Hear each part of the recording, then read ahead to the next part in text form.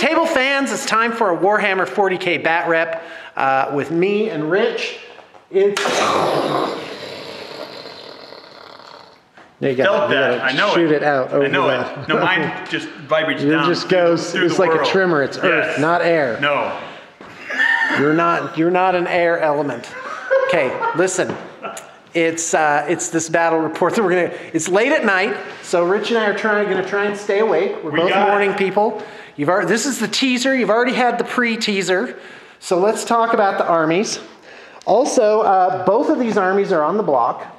And we decided tonight to do something different, kind of a Freaky Friday thing. Okay. Except me, I'm still playing Tau. So never mind, that really doesn't apply. But Rich is playing Tyranids. I played Tyranids. Which you played before. In fact, one of your sons. One of my sons has a Tyranid army. I'm familiar with it. This has a lot more options than what I have at home, so I'm pretty happy. This is a beautiful army too. Yeah, it's a good looking force. We're going to take a look at that in a minute. So here's the Tau. I'm using about half of the force. So I've got my deep striking flamer battle suits, 3 broadsides with high yield missile pods. I've got 6 devilfish, 6 units of 6 each fire warriors, 2 ethereals. The one with the big old Pope collar is my my warlord, as usual. He's got the fancier collar. The other guy's like, oh man, wish I had a fancy collar. Okay, Riptide with burst cannon, and this guy has early warning. He's the only thing with upgrades on him. Nothing else has upgrades. He's got early warning system override, early warning override, sorry, and got confused with the Rush song, I think.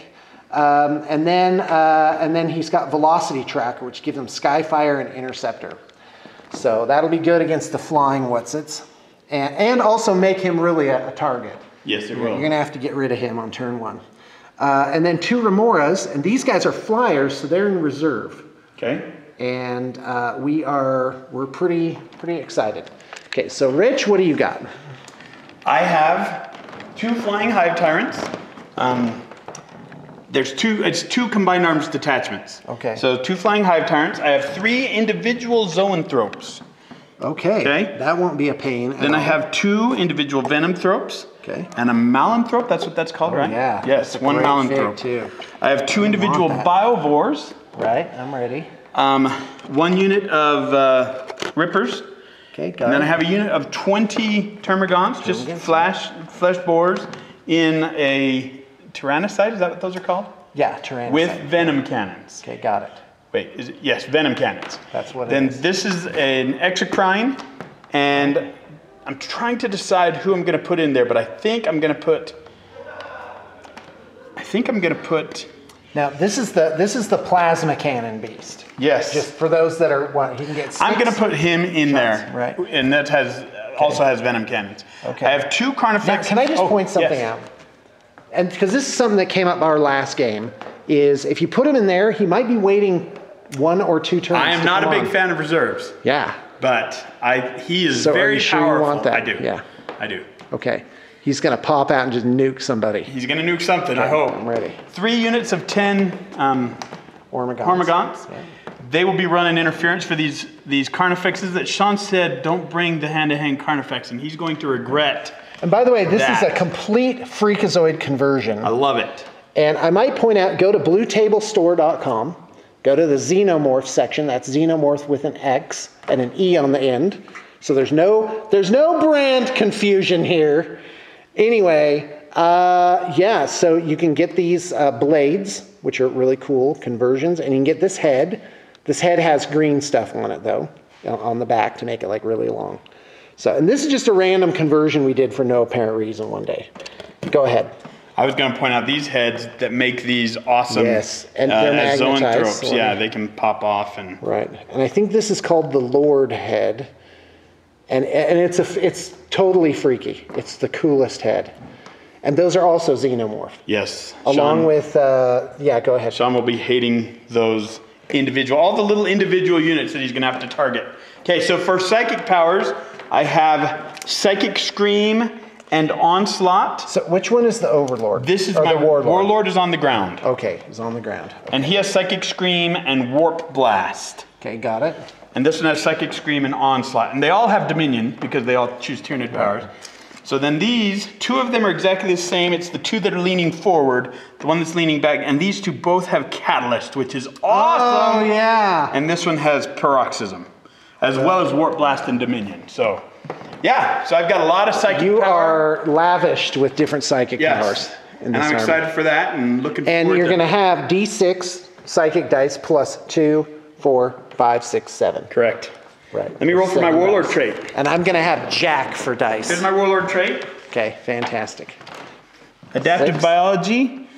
My Warlord, after he suffers a wound, gains feel no pain at the beginning of his next movement phase. Oh, that's fantastic. That's really good. Yeah. Wow. All right, and I'm going to roll on the since Rich rolled on the Tyranid one, right? Because typically, I would say the book ones aren't as good as the basic rulebook ones. Okay. And the Tau ones are weird because the Tau have 2 basic types of warlords, and one is a battle suit and the other is an ethereal, and they're a lot different. So basically, you re-roll. Oh, by the way, here's the red dice for the Tau. Tyranids have blue because they're blue. See, isn't that great? See, we run a class operation here. So 1, precision of the skilled hunter.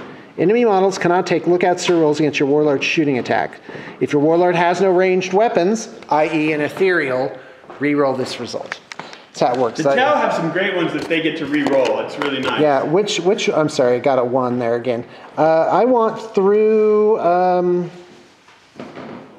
no, the Exemplar of the Selfless Cause. Yeah, Exemplar of the Selfless Cause is really the best one. 5, Predator of the Skies. Oh, okay. Warlord and his unit have the Skyfire special rule. Oh, that could be useful. No, that's great, because he can join a unit and give them Skyfire. Absolutely. Okay, great. Then I'm going to take that. That's Predator of the Skies. Is what I got. So you better watch out. I'm ready to be predated. That's awesome.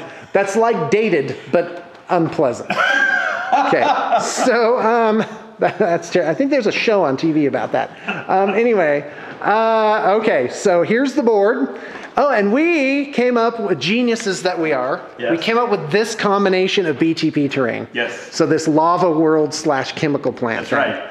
All the so gases and stuff. We're doing BTP Maelstrom of War, which is Objective 1, Objective 2, Objective 3, Objective 4 is up top here. Objective 5, which is a little closer to the board edge. And 6 over here. And 6 is a little closer to this board edge and a little more in. So there you go. So at the beginning of each turn, we'll roll 3d6, and those will be the active objectives which you can score. So is it the beginning of each player turn? Each player turn. Each player turn. Okay. Yep. Okay, and they're worth 1 point each. 1 point each. Okay. Shall we see? Actually, you got to pick. Yeah, I picked my. So do I deploy first? Yeah. Okay. So and go first. Fantastic. Well, unless I steal it. Oh yeah, that's right. All right, folks. I guess that's what we have for our pre-game show.